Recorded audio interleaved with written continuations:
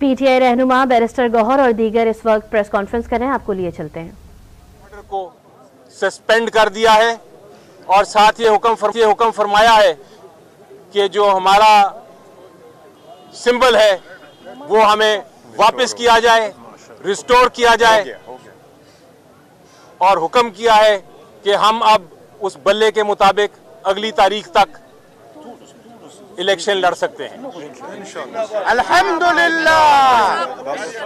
ये सिंबल जो है मैं चाहूंगा कहना, सिंबल का मैं कहना चाहूंगा कि सिंबल एक पॉलिटिकल पार्टी, एक सियासी जमात की जान होती है, और आर्टिकल 17 जो हमारा है आइन का, उसमें कहा गया है और सुप्रीम कोर्ट की उस पर जजमेंट्स भी हैं कि ये जो सिंबल है ये एक बुनियादी हक है, एक पॉलिटिकल पार्टी का भी, उसके मेंबरान का भी, उसके सपोर्टर्स का भी, और उसके जो करोड़ा वोटर्स हैं उनका भी।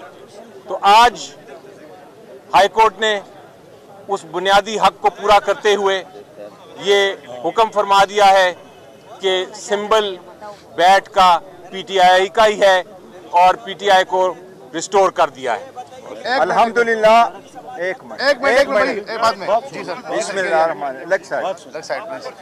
अल्हम्दुलिल्लाह, आज पेशावर हाई कोर्ट ने पीटीआई के खिलाफ, पीटीआई के सिंबल और इलेक्शन के खिलाफ, पीटीआई के पाकिस्तान में 70% सपोर्टरों के खिलाफ जो साजिश हो रही थी, अल्हम्दुलिल्लाह आज उस साजिश पे आखिरी केल अदलिया ने लगा दी है, वो साजिशें ख़त्म हो गई।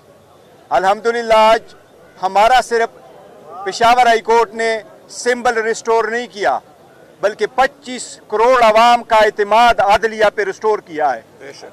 ये वही वाहिद अदलिया है जिस पे हमेशा हमें एतमाद रहा है कि हम अदलिया के पास जाएंगे, हम कानूनी आईनी जंग लड़ेंगे, हमारे साथ ज्यादतियाँ हो रही है, हमें दीवार के साथ लगाया जा रहा है, लेकिन हमने बारहा कहा था कि हमें अदलिया पे एतमाद है, हर जज पे एतमाद है, और इंशाल्लाह अदलिया इंसाफ करेगी। और आज अदलिया ने इंसाफ कर लिया है, पाकिस्तान की 25 करोड़ अवाम की जो एतमाद बहाल कर दिया। आज अदलिया का हम बहुत मशकूर है। आज अली साहब ने 4 घंटे खड़े होकर के आप लोगों सब के सामने 4 घंटे पे अदलिया ने उसकी हेयरिंग की है।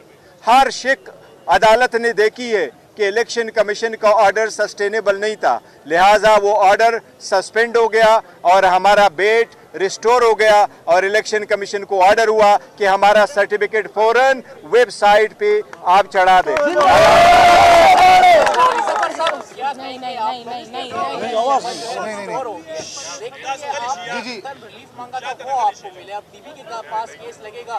अगर वो इस फैसले को उड़ा देती है और फिर जो है इलेक्शन कमीशन का फैसला बहाल होता है तो फिर आप लोग क्या करें? जी देखिए, वो तो आप बात दुरुस्त कह रहे हैं कि अभी इंटरिम स्टेज है और अभी आगे बड़े मराइल हैं, और डीबी सुनेगी, पूरा अपना फिर फैसला करेगी। लेकिन जिस तरह आपने देखा, पता नहीं आपने मेरी बहस सुनी थी कि नहीं, हमने 4 घंटे के दलाइल दिए और एक एक चीज़ बताई कि इलेक्शन कमीशन ऑफ पाकिस्तान का ऑर्डर क्यों गैर आइनी है, क्यों कानून के ख़िलाफ़ है। और जज साहब का आपने कमेंट भी सुना, बार बार उन्होंने, जज साहब ने पूछा वो दूसरे वकला से, और मैं तो सरप्राइज्ड हूँ कि परेशान भी हूँ और हैरान भी हूँ कि वो हुकूमत के वकील भी खुद आ गए उधर। उनसे पूछा कि आप ये बताएं कि कहाँ से ये पावर और ताकत आई इलेक्शन कमीशन की कि वो इंटरनल जो इलेक्शन है, इंट्रा पार्टी इलेक्शंस किसी पार्टी के, वो किस शिक के तहत, किस इलेक्शन एक्ट की शिक के तहत उन्होंने ये फैसला किया है।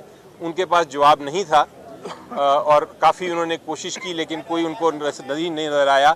उसके अलावा अदालत ने बड़ी बार पूछा कि आपकी 170 से ज़्यादा जमातें हैं, आपने कौन सी जमात इस पीटीआई के अलावा किस जमात के ख़िलाफ़ ऐसी कार्रवाई की। बल्कि जब ये जिक्र हुआ तो मैंने कहा अदालत से कि ये सवाल मैंने इलेक्शन कमीशन को भी पूछा था, और इलेक्शन कमीशन ने मजाकिया तौर पे मुझे ये कहा था कि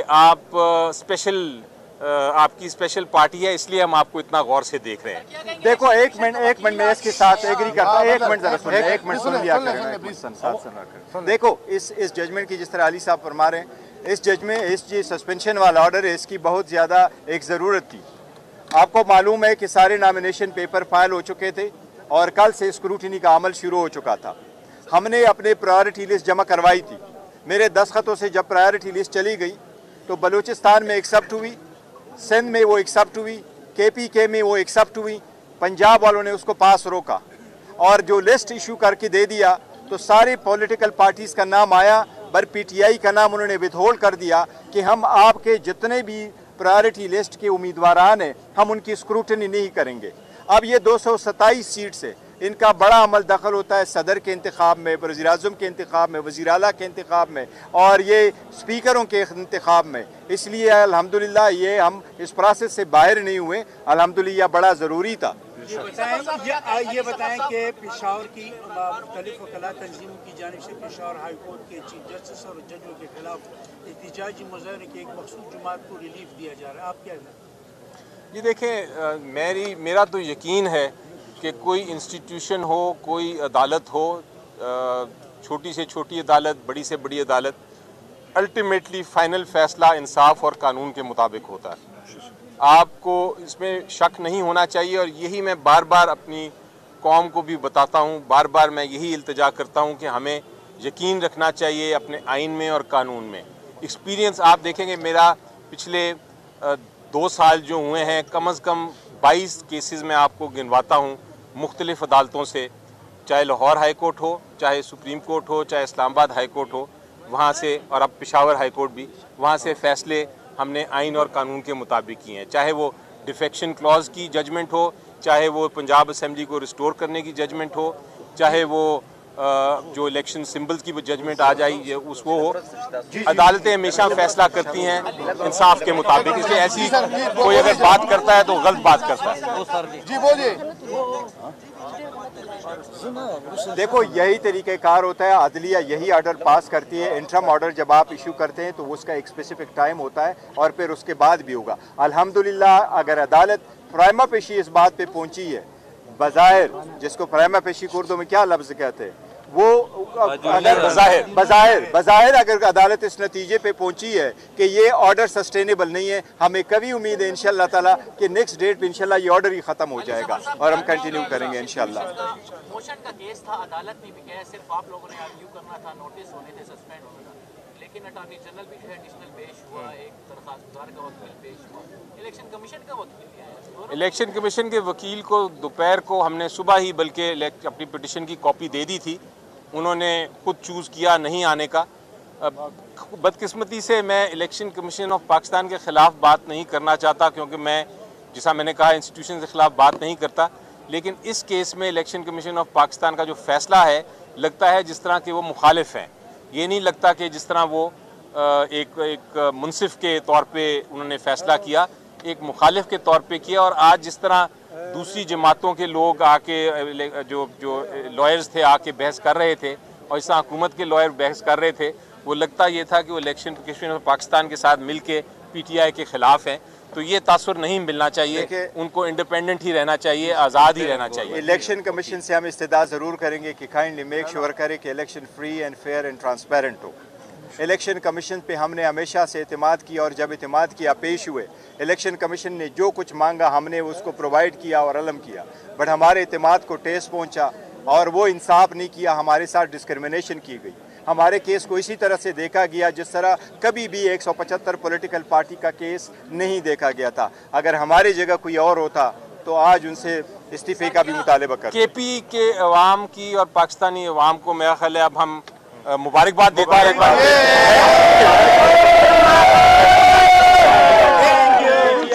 PTI रहनुमा बैरिस्टर अली जफर और दीगर मीडिया से गुफ्तगू का कहना था, PTI को बल्ले का निशान बहाल कर दिया गया। आर्टिकल 17 में कहा गया है, इंतखाबी निशान पार्टी का बुनियादी हक होता है। पेशावर हाई कोर्ट ने बोल दिया, बल्ले का निशान PTI का हक है। पेशावर हाई कोर्ट के जज साहिबान ने हमेशा इंसाफ का सर ऊंचा किया। गैर कानूनी गैर आईनी ऑर्डर से बल्ले का निशान छीना गया। बल्ले के निशान पर अगली तारीख तक इलेक्शन लड़ते रहेंगे। अदालत ने साजिश का आज खात्मा कर दिया है। आपको बता रहे हैं, PTI रहनुमा बैरिस्टर अली जफर मीडिया से गुफ्तगू कर रहे थे। उनका कहना था पीटीआई को बल्ले का निशान बहाल कर दिया गया। आर्टिकल 17 में कहा गया है इंतखाबी निशान पार्टी का बुनियादी हक होता है। पेशावर हाईकोर्ट ने बोल दिया बल्ले का निशान पीटीआई का हक है। 25 करोड़ अवाम का एतमाद आज बहाल कर दिया है। हम अदालत के मशकूर हैं। इलेक्शन कमीशन को ऑर्डर हुआ है कि हमारा सर्टिफिकेट आप वेबसाइट पर अपलोड करें। पेशावर हाईकोर्ट ने बोल दिया कि बल्ले का निशान पीटीआई का हक है। पेशावर हाईकोर्ट के जज साहिबान ने हमेशा इंसाफ का सर ऊंचा किया।